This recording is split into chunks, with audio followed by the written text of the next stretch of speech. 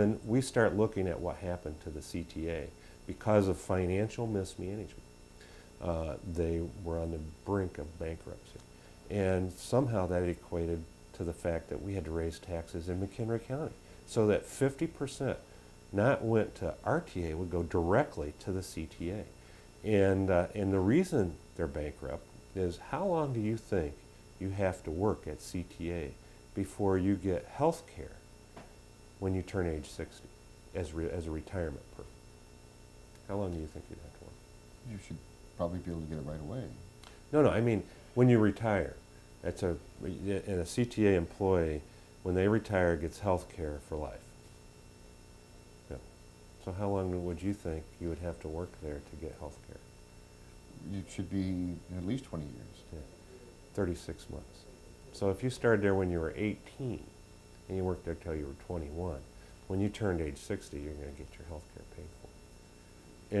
And right now, for every 9 people that are working at the CTA, they have 4.5 people who are drawing a pension, because their pension system was 25 and out. So if you started there at 18, yeah, you could draw a pension at 43. And you know, no wonder they're bankrupt. But that doesn't mean that McHenry County should have to pay. And that tax, that RTA tax and that CTA tax, is on medicine and food as well. So, you know, we do not benefit, we are not the recipients that the City of Chicago gets off this tax. So we just doubled our tax in McHenry County for the same bad service we've got for the last 20 years. And this will provide no expansion of service for residents of McHenry County. And all this really does is stop a doomsday scenario in Chicago.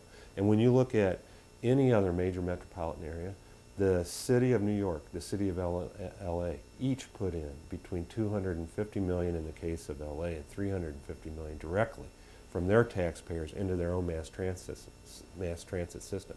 Chicago doesn't put anything.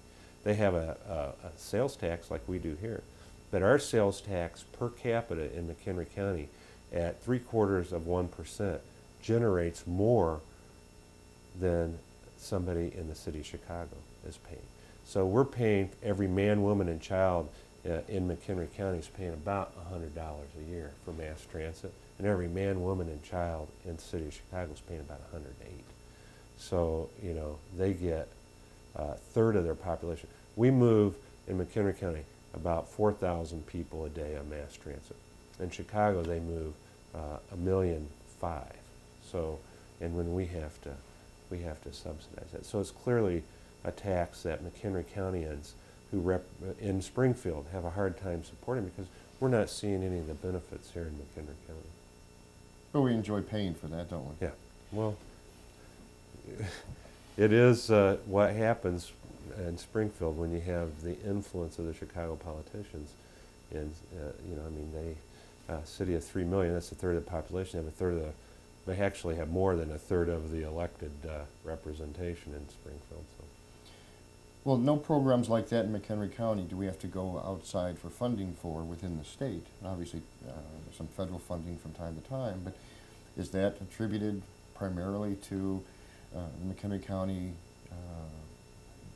board, the head of the McHenry County board, as you were? You set these programs up with your board members to operate correctly and efficiently? You mean on mass transit? On anything in McHenry County. Well, McHenry County, you know, we have always been a really financially prudent county. You know, I mean, we have not overspent our resources, and we've actually done a good job planning for the future. You know, where we have a strategic approach to what we do. You know, and we keep a fund balance of 5 months of cash, so that when the economy turns down, we're not trying to raise taxes. And you can see what happened in Chicago. In Cook County, the economy turned down. Cook County just raised their sales tax 1%. With that, Chicago is now the highest taxed city in the nation. Chicago also taxed bottled water this year. And that's because they're not strategically looking at where they have to be in the future. They don't have an ending cash balance or a contingency fund that is large enough to take them through any economic downturn. That's the same problem we have in the state of Illinois. We have spent all the money, so now when we're seeing a decrease in sales tax, we're talking about raising taxes. Talking about raising taxes on jobs, which is going to fuel inflation and actually cost more jobs.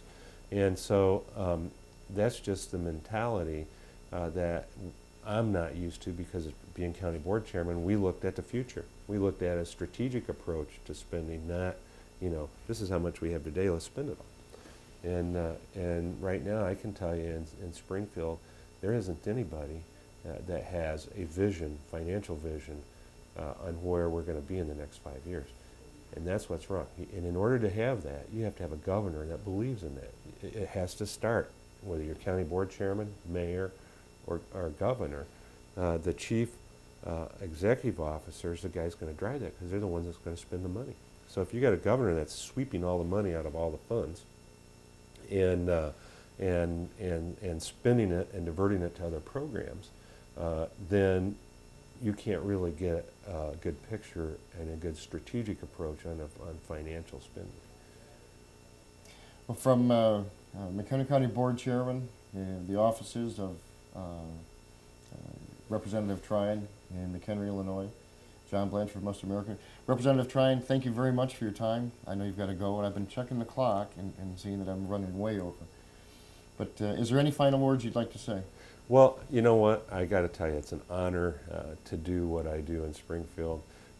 It's a difficult time to do it, but it is an honor to be there. And it's, I think McHenry County has become just a phenomenal place to live, work, and raise a family. And it's been that because of good planning, good government here in McHenry County, and having a strategic approach. So hopefully we're going to see our governor take a little more strategic approach in the next 2 years, since he's been beaten pretty bad by the General Assembly the last 2 years.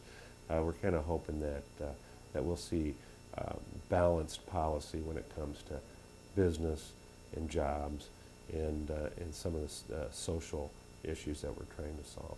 We are also very pleased that you were there with Representative Jack Franks, Senator Altoff, and all the McHenry County board members that support you, and the people of McHenry County, and the veterans of McHenry County. Well, Representative Tryon, thank you very much. Thank you. What a great interview with Representative Tryon. I was really impressed with some of his highlights there. One was mandatory funding and his backing of it, and telling the story about how that's how he went to college, because his father was a disabled vet.